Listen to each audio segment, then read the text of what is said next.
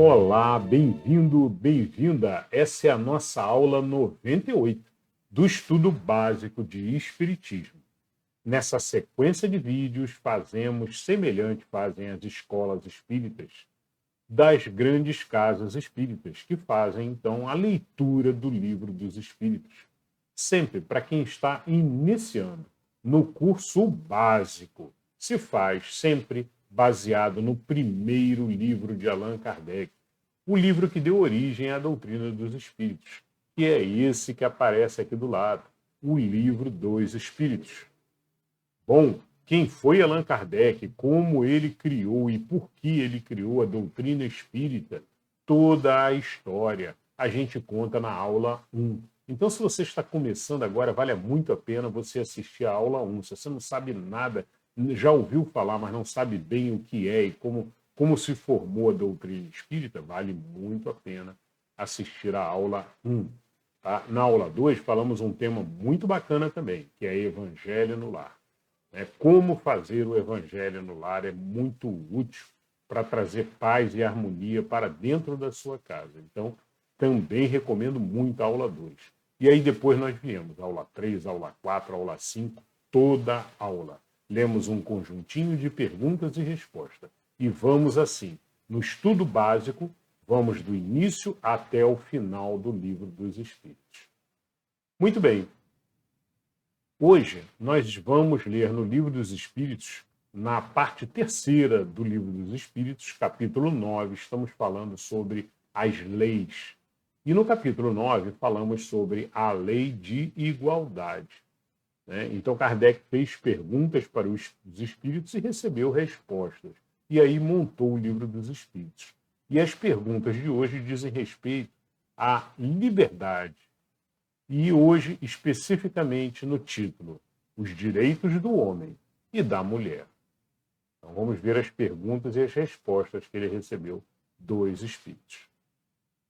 No Caminho, Verdade e Vida, é esse livro que a gente lê também, sempre de abertura, a gente lê uma página do Caminho, Verdade e Vida. E é o nosso momento de reforma íntima, o nosso momento em que a gente estuda os conceitos da doutrina nas páginas do Espírito Emmanuel, psicografado pelo Chico, um belíssimo livro, com uma profundidade excelente, maravilhosa. E a gente faz, então, o nosso estudo, e aí pinça dali os aprendizados para colocar em prática no dia a dia. Esse, então, é o nosso momento que chamamos Reforma Íntima. Bom, já de antemão, se você não está inscrito, inscreva-se para receber o aviso de novos vídeos. Deixe seu like também e participe nos comentários à vontade. Eu vou gostar muito de responder com todo carinho a todos os comentários. Bora lá, então. Vamos então para a leitura do Caminho, Verdade e Vida de hoje. E como falamos, o texto de hoje do Caminho, Verdade e Vidas tem o título Quem és? E o Caminho, Verdade e Vida ele sempre começa com um versículo. O versículo de hoje fala: há só um legislador e um juiz que pode salvar e destruir. Tu, porém, quem és que julga a outrem? Isto está em Tiago, capítulo 4, versículo 12. E aí a explicação de Emmanuel. Deveria existir, por parte do homem, grande cautela em emitir opiniões relativamente à incorreção alheia. Um parecer inconstante ou leviano pode gerar desastres muito maiores que o erro dos outros, convertido em objeto de exame. Naturalmente, existem determinadas responsabilidades que exigem observações acuradas e pacientes daqueles a quem foram conferidas. Um administrador necessita analisar os elementos de composição humana que lhe integram a máquina de serviços. Um magistrado, pago pelas economias do povo, é obrigado a examinar os problemas da paz ou da saúde sociais, deliberando com serenidade e justiça na defesa do bem coletivo. Entretanto, importa compreender que os homens, como esses, entendendo a extensão e a delicadeza dos seus encargos espirituais, muito sofrem quando compelidos ao serviço de regeneração das peças vivas, desviadas ou enfermiças, encaminhadas à sua responsabilidade. Na estrada comum, no entanto, verifica-se grande excesso de pessoas viciadas na precipitação e na leviandade. Cremos seja útil a cada discípulo, quando assediado pelas considerações insensatas, lembrar o papel exato que está representando no campo da vida presente, interrogando a si próprio, antes de responder às indagações tentadoras. Será esse assunto do meu interesse? Quem sou? Estarei, de fato, em condições de julgar alguém? Muito bem. Então, um texto belo aqui, né? E o foco do texto é justamente quando a gente... aquelas ocasiões em que a gente observa um ato errado de uma outra pessoa e aí vai julgar a outra pessoa, né? E é sempre muito errado a gente julgar a outra pessoa, né? Ou seja, apontar o dedo e dizer, olha, ele errou, ela errou, né? Sem a gente conhecer o contexto maior. É isso que comenta também aqui Emmanuel aqui em um dos parágrafos aqui. Então, um parecer inconsciente ou leviano, né? Como diz Emmanuel, inconsciente ou leviano pode gerar desastres muito maiores. Existem determinadas responsabilidades que exigem observações acuradas. O que ele quer dizer com isso aqui? Para que você faça de fato um julgamento, você precisa compreender mais a fundo o que levou aquele ser a agir daquela maneira. Então, se a gente puder não julgar os seres, né? Você até tem a obrigação de julgar o ato em si, né? Olha, o que ele fez é um ato errado, né? Mas para você julgar o ser em si, né, você precisa compreender o que levou ele naquela situação. Pode ser uma pessoa com uma doença mental, uma pessoa com uma dificuldade, com um transtorno mental, né, e está causando aquilo ali por uma determinada um transtorno mental ali, até físico às vezes, né? Pode ser uma pessoa que vem de várias situações que o levaram àquele estresse, aquele momento de nervosismo, aquele momento que acabou causando aquele ato ruim, né?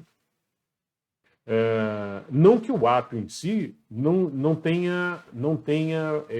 esteja errado, o ato está errado, né? Mas a pessoa a gente não deve julgar. E é isso que aprendemos muito nesse texto aqui. A gente, no nosso dia a dia, a gente está muito acostumado a apontar o dedo e dizer, olha como está errado aquele ali, olha como está errado aquele ali, né? Então vamos passar sempre a olhar o fato em si e julgar a ação, o fato. A ação, o fato, é necessário a gente julgar para que a gente faça um aprendizado e uma evolução. Muitas vezes, olhando um erro alheio e ficando quietos, né? Sem apontar dedo, sem jogar pedras, né? Atirar pedras, como disse Jesus, atirar é a primeira pedra, né? Aquele que não tem culpa, né? Aquele que não tem nenhum pecado, né? Então, não atirar pedras, mas fazer um aprendizado. Às vezes a gente aprende, né? Olha, errou, o que ele poderia ter feito melhor? Puxa, podia ter feito melhor isso, podia ter feito melhor aquilo. Então, faz parte do nosso crescimento, do nosso dia a dia. Nós estamos o tempo inteiro fazendo avaliações do certo e do errado para fazer aprendizado constante. Mas apontar o dedo e atirar a pedra, esse é um erro que não devemos cometer. Existem pessoas responsabilizadas para isso na sociedade, como diz Emmanuel aqui. Um magistrado, por exemplo, pago pelas economias do povo, é obrigado a examinar os problemas da paz ou da saúde sociais, né? Mas nós não.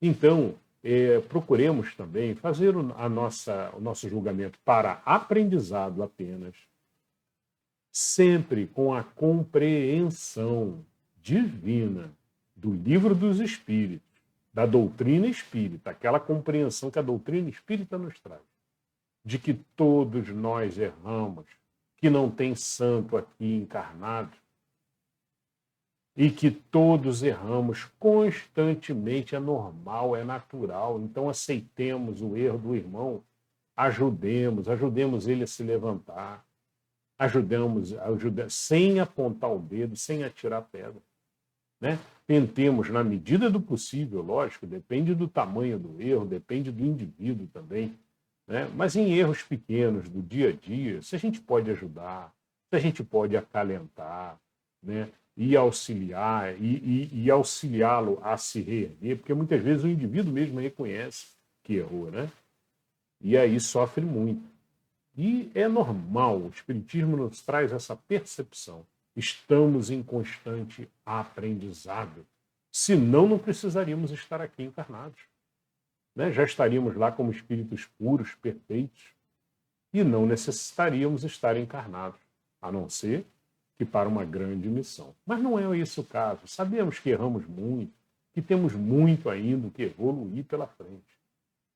Então, temos que baixar o ego também, e é necessário baixar o ego para ter essa percepção, né, de que erramos constantemente, de que aprendemos constantemente, de que os outros erram e que é normal, né? Então, para isso, precisamos, acima de tudo, tirar o ego e ter essa compreensão espírita.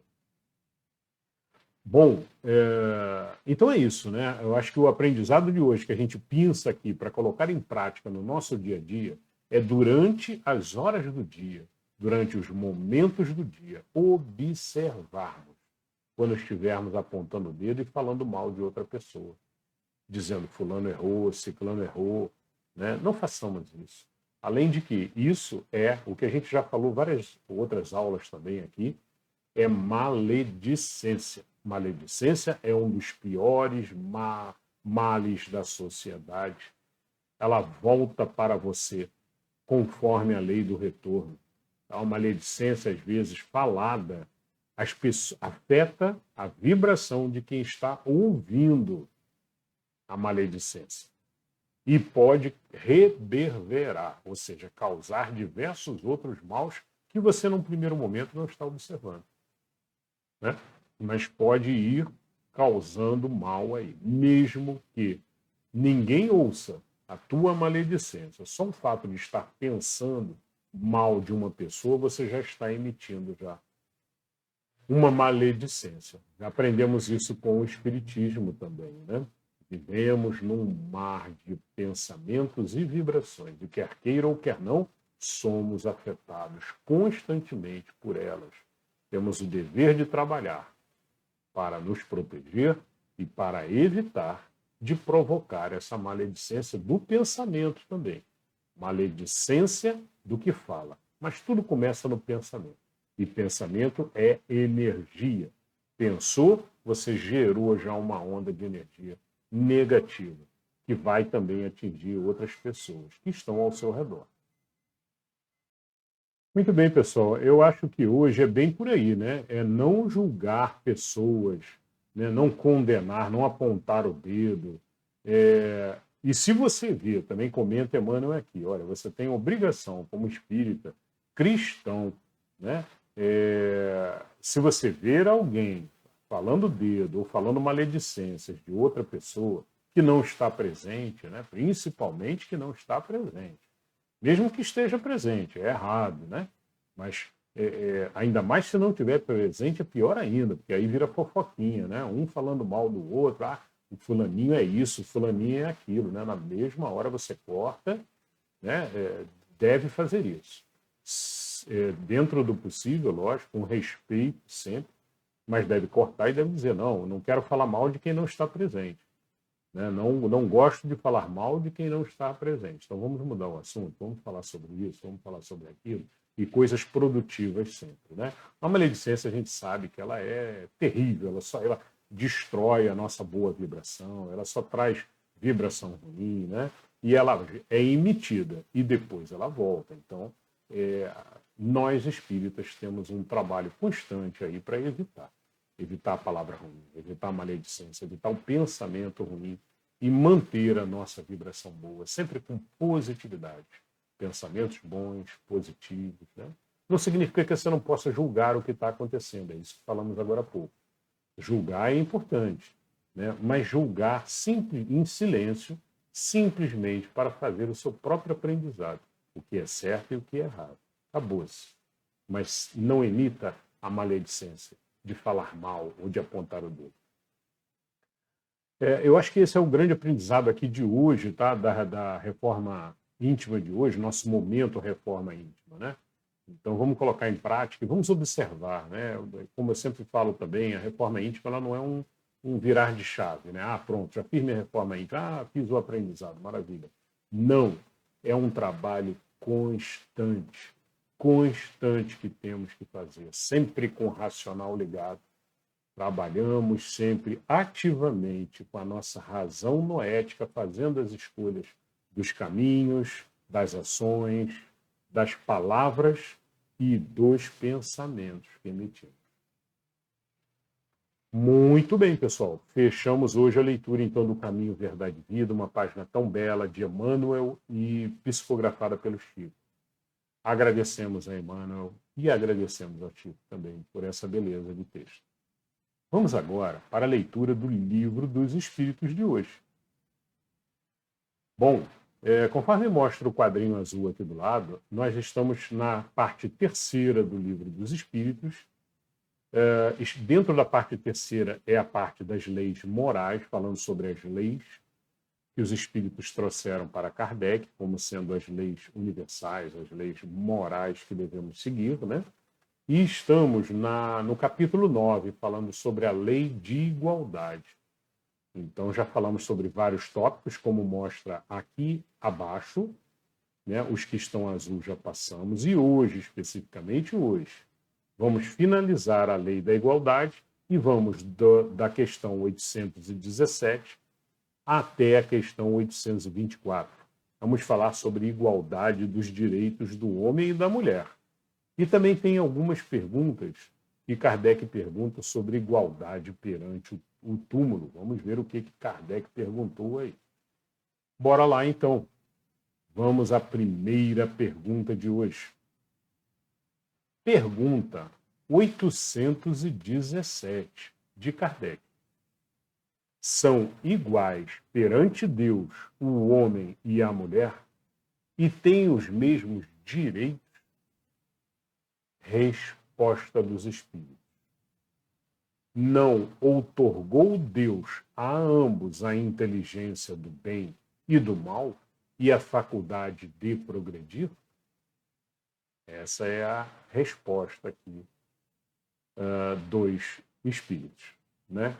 Bom, eu acho que vale comentar, né, que para o Espiritismo, né, acho que já lemos em questões anteriores, o espírito em si, ele não existe um espírito homem e um espírito mulher, não. Né? O espírito, normalmente, quando a gente desencarna, quando a gente sai daqui da matéria e volta para a verdadeira vida é a vida espiritual, né? Quando voltamos para a vida espiritual, nós não temos sexo, né? Na maioria das vezes, o espírito mantém durante um tempo o perispírito com a imagem da sua última existência. Então, nós somos uma energia consciente, né? Mas nos mundos espirituais, enquanto estamos ligados aqui na matéria, ainda não somos espíritos puros, espíritos perfeitos, né? Estamos subindo os degraus ali de evolução que vão nos levar um dia a essa perfeição de Jesus. Mas estamos ainda longe disso, sabemos disso. O fato é que, quando desencarnamos, levamos o nosso perispírito também. E assumimos nos mundos espirituais também, como vemos no Nosso Lar, né? No filme Nosso Lar, caso não tenham assistido, vale muito a pena, né? mantemos, então, o nosso perispírito com a mesma imagem da última encarnação. Ou, se desejarmos, se tivermos tido uma encarnação muito marcante e tivermos essa possibilidade de ser um espírito que mereça, né, podemos, então, assumir aquele formato daquela encarnação que nos foi mais marcante. Né? Um espírito elevado, que numa encarnação marcou muito a sua presença, ele pode, então, sempre se apresentar com aquela imagem. Bom, por que eu estou dizendo isso? Estou dizendo isso porque, fundamentalmente, o espírito não tem um espírito homem e um espírito mulher. Não, somos uma consciência, uma energia consciente. Né? Desencarnamos e na espiritualidade. Podemos assumir uma imagem, né, do perispírito, mas continuamos, do ponto de vista espiritual, sendo uma consciência, apenas isso. O perispírito, vamos estudar mais adiante sobre o perispírito, mas são aulas mais avançadas. Né? O que é o perispírito? Vamos deixar isso mais para frente um pouquinho. O conceito importante de passar é que não existe essa distinção. Vamos continuando, então, a questão 818 agora, do Livro dos Espíritos. Pergunta de Kardec: de onde provém a inferioridade moral da mulher em certos países? Então, segundo Kardec aqui, lembrando que esse é um texto de 1857, e na visão de Kardec, né, ele devia estar pensando em alguns povos, né, em algumas regiões onde a mulher tinha uma inferioridade moral muito grande. Né?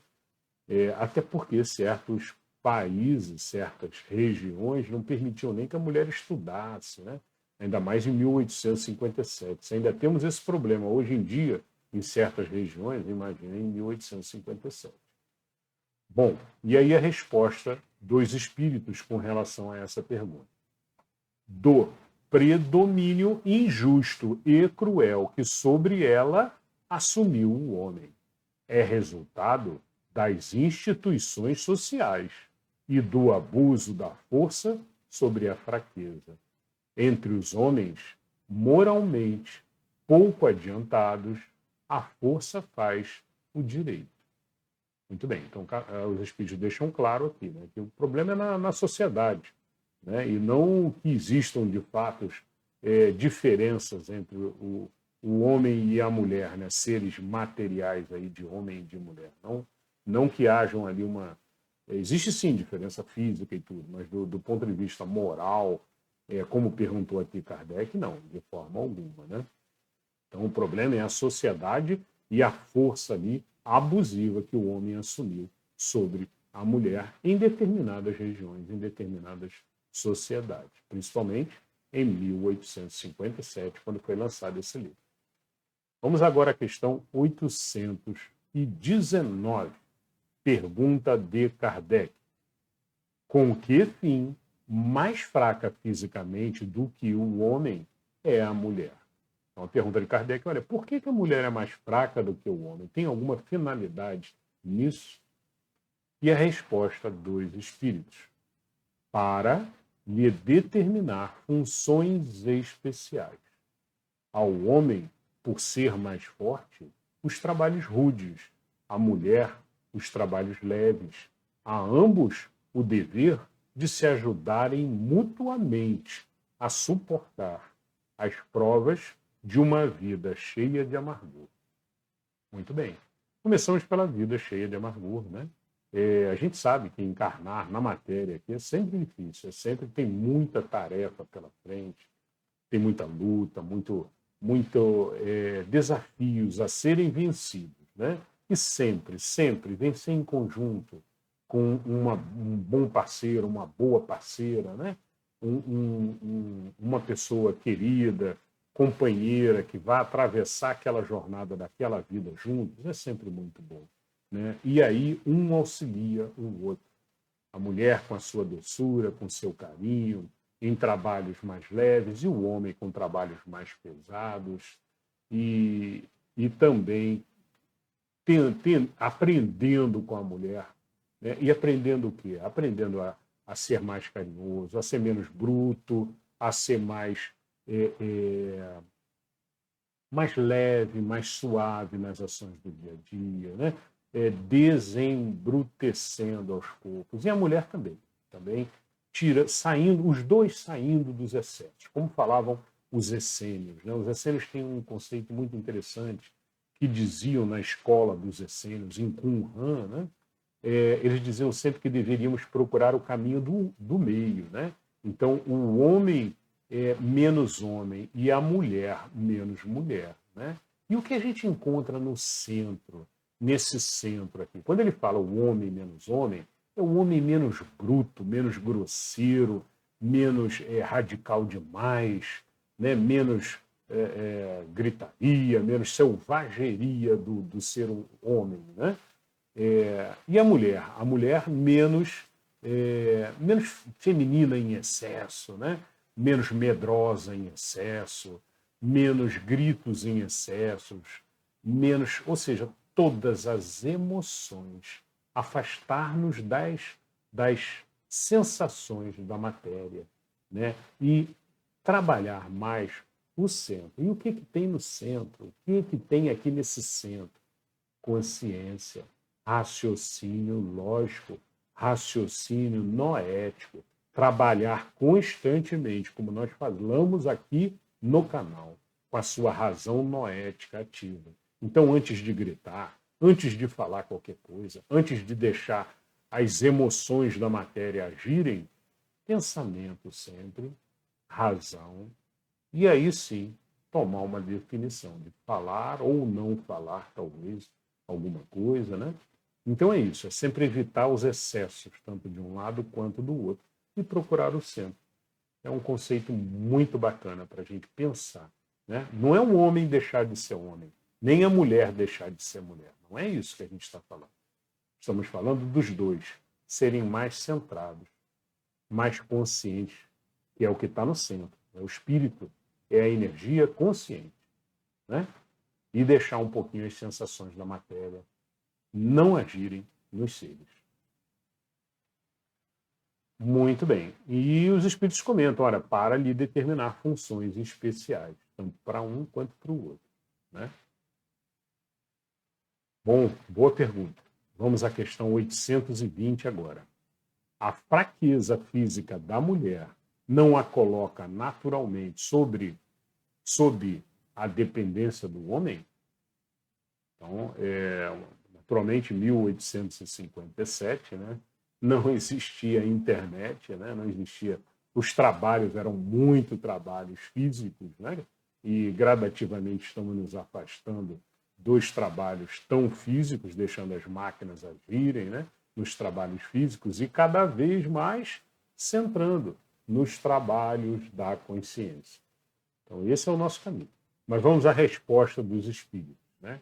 Kardec está perguntando aqui se isso não coloca a mulher naturalmente sob a dependência do homem, né? Por ela não ter força. E aí a resposta dos espíritos.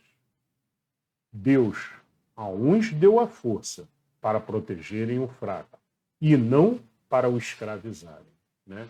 É muito lindo o livro dos Espíritos, né? Profundo. A gente vê a coerência e a beleza, a pureza de Deus, né? E é perfeito, né? Olha, é isso.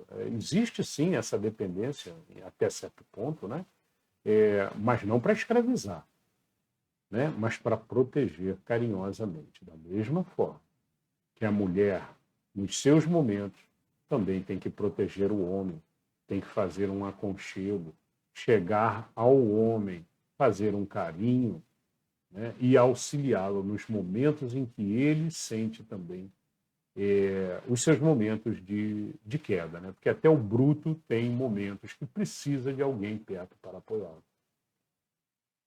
Então, os dois juntos se encaixam como duas peças de um quebra-cabeça, né? E um constantemente ensinando ao outro os seus atributos e procurando os dois juntos, procurando esse centro racional, cada vez mais consciência. E aí continuam os espíritos a explicação. Deus apropriou a organização de cada ser as funções que lhe cumpre desempenhar. Tendo dado à mulher menor força física, deu-lhe, ao mesmo tempo, maior sensibilidade em relação com a delicadeza das funções maternais e com a fraqueza dos seres confiados aos seus cuidados. Olha, perfeito. Excelente, maravilhosa resposta, né? Exatamente o que eu tinha comentado. A mulher, às vezes, com a sua fraqueza, mas com a sua grandiosidade aqui para desempenhar papéis de sensibilidade, de carinho, de dedicação, de atenção, né? Que os seus filhos precisam, mas que o homem também precisa. E aí ela vem com essa sensibilidade, ensinando ao ser mais embrutecido, né, ao homem, também aquela sensibilidade toda. E aí os dois seres vão aprendendo, então, e compreendendo e procurando esse centro ali equilibrado, né? O homem mais sensível e a mulher também mais racional, né? Menos ali excessos dos dois lados, procurando ali a consciência central. Vamos à questão 821. As funções a que a mulher é destinada pela natureza terão importância tão grande quanto as deferidas ao homem? Resposta dos espíritos. Então a pergunta de Kardec, olha, será que as funções que a mulher é destinada pela natureza terão importância tão grande quanto as deferidas ao homem? Né? E a resposta dos espíritos, sim, até maior. É ela quem lhe dá as primeiras noções da vida. Então, perfeita resposta, né? Porque a mulher ela tem o papel de dar as primeiras noções para os seres que estão nascendo. Ela tem a obrigação e a noção de formar os seus filhos com uma boa direção, com retidão, ensinando o que é certo e o que é errado, constantemente. Então, esse talvez seja um papel mais importante que tem, né? Porque ela vai formar um indivíduo. Ah, o pai também ajuda, ajuda. Mas a gente sabe que na correria do dia a dia, sempre cabe à mulher, então, estar mais próximo das crianças, estar ali mais, pelo menos as primeiras noções ali são passadas pela mulher. E é muito importante que essa mulher saiba, então, passar e ensinar aos jovens o caminho correto. Vamos à questão 822 agora, do Livro dos Espíritos. Pergunta de Kardec. Sendo iguais perante a lei de Deus, devem os homens ser iguais também perante as leis humanas? Resposta. O primeiro princípio de justiça é este: não façais aos outros o que não quereríeis que vos fizessem. Então, essa foi a resposta dos espíritos, né? E é uma base aí que devemos sempre seguir. Olha, não faça ao próximo o que não quereria, o que não queres que façam com você também. Então, sempre tem que perguntar, será que eu posso, será que eu vou ofender, será que eu vou, de alguma forma, causar algum mal no que eu vou falar ou no que eu vou fazer, né? Constantemente temos que trabalhar com essa razão ligada, né? Essa razão noética controlando isso o tempo inteiro. E pensar, como os espíritos dizem, né? Eu gostaria que fizessem isso comigo, né? Não, então eu não vou fazer. Eu vou causar mal, então eu não vou fazer. Vai fazer mal para essa pessoa vai se sentir mal e de alguma forma, então não vale a pena. Vai trazer mais bem do que mal, né? Porque às vezes a gente tem que botar na balança também, né? Tem que botar na balança, às vezes vai trazer mais bem para essa pessoa do que mal. Mas saiba julgar muito bem, porque às vezes um mal pequeno que causa já não vale o bem que trouxe. Então saiba pesar na balança, exatamente, essa talvez seja a maior dificuldade nossa, né?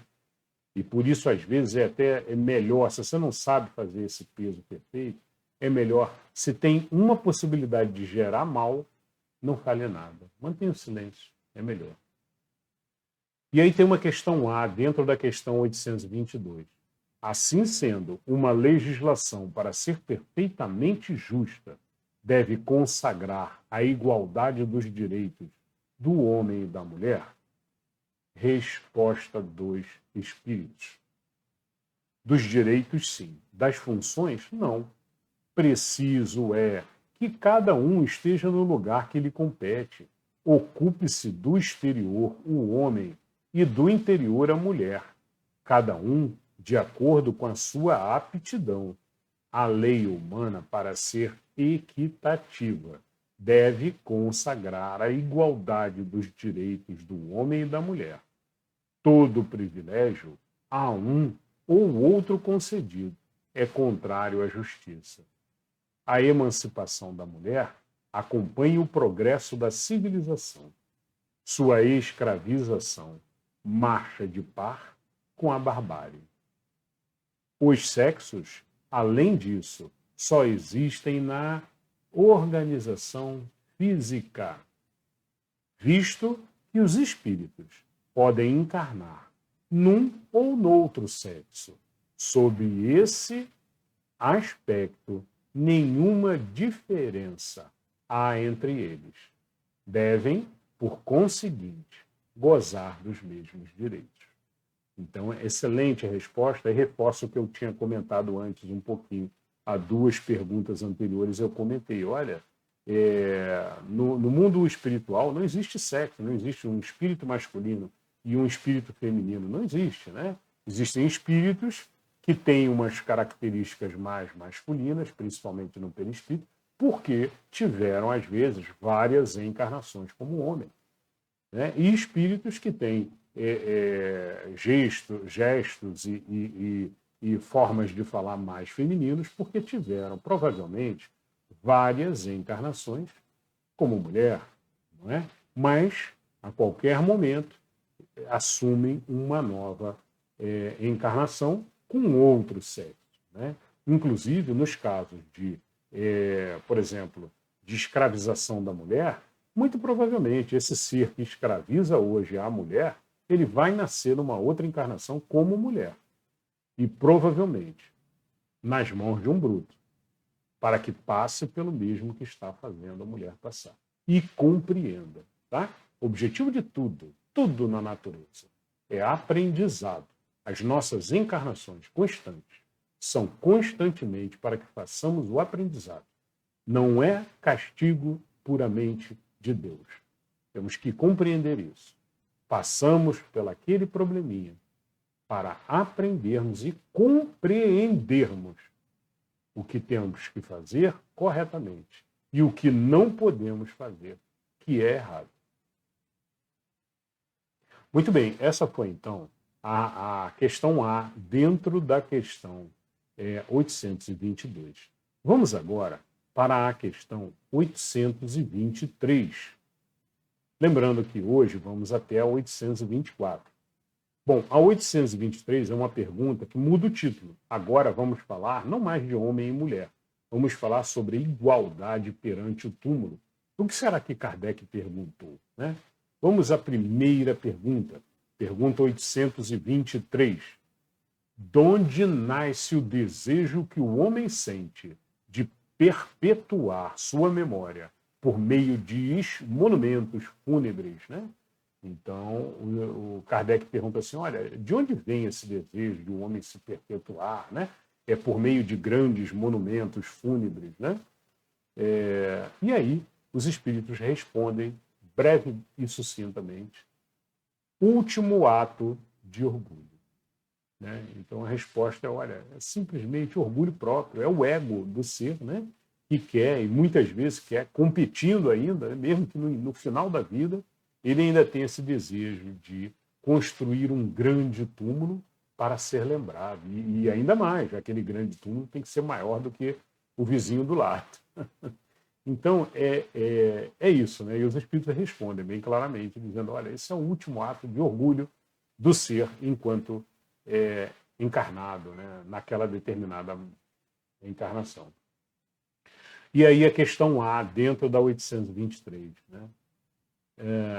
Mas a suntuosidade dos monumentos fúnebres não é antes devida a maioria das vezes, aos parentes do defunto que lhe querem honrar a memória do que ao próprio defunto?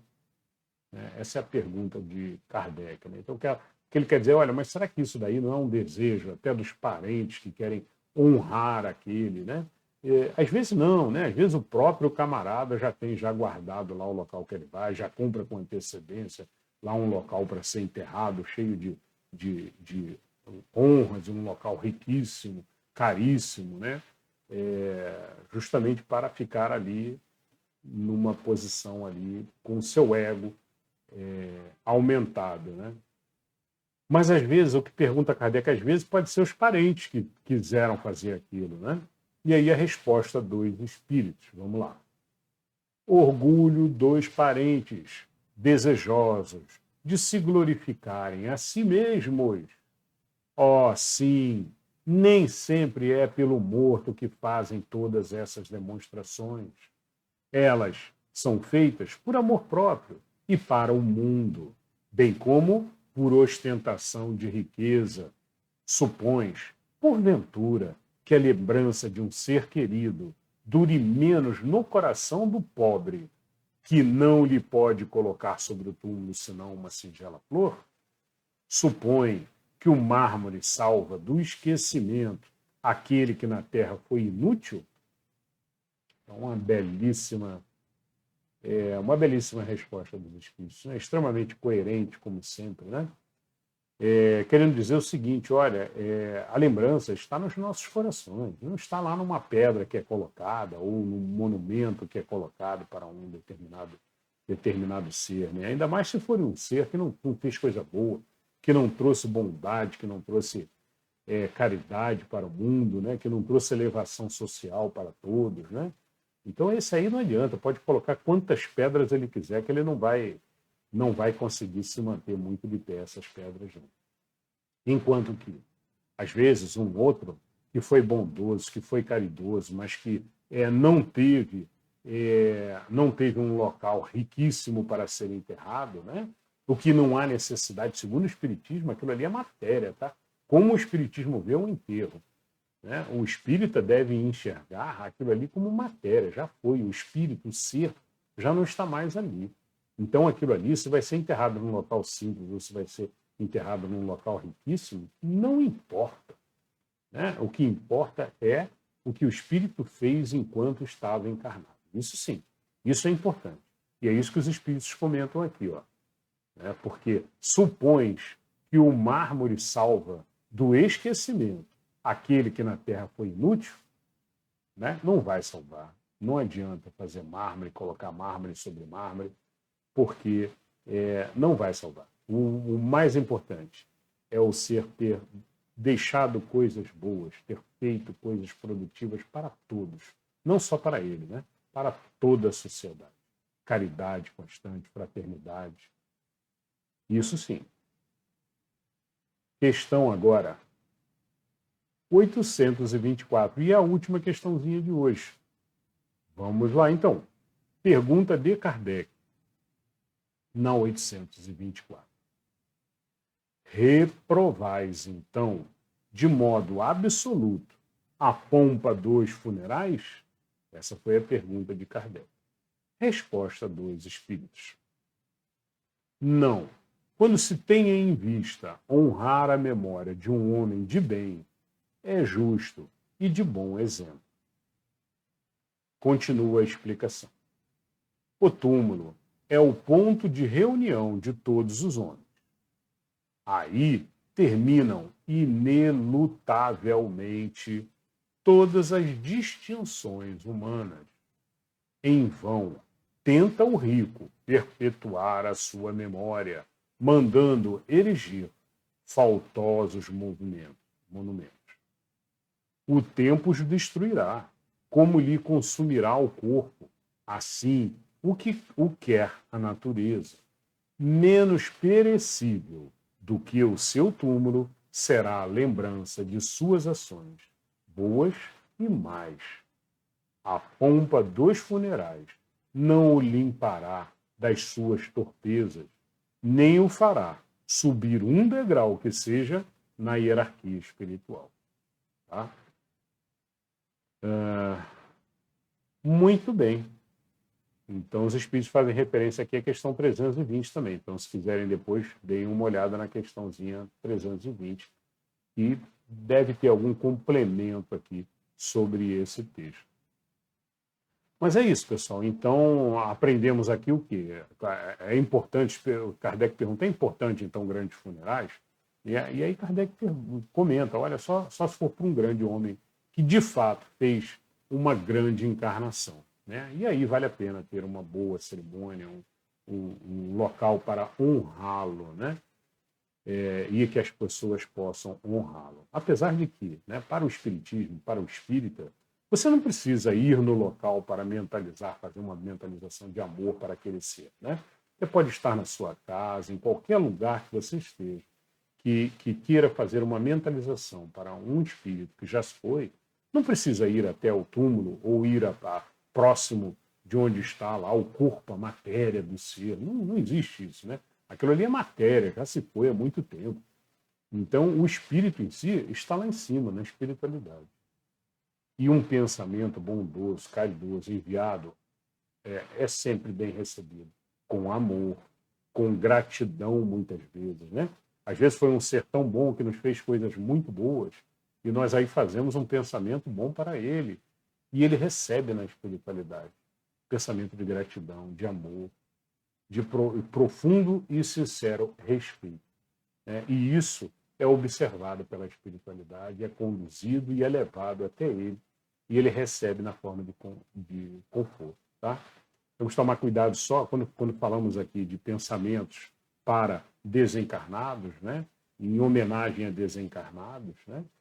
Que não façamos pensamentos tristes, né? Pensamentos de choro, pensar constantemente pensamentos de lamentação e de choro. Né? Não façam isso, porque o espírito que está desencarnado, ele recebe essas vibrações, esse pensamento, e ele sofre.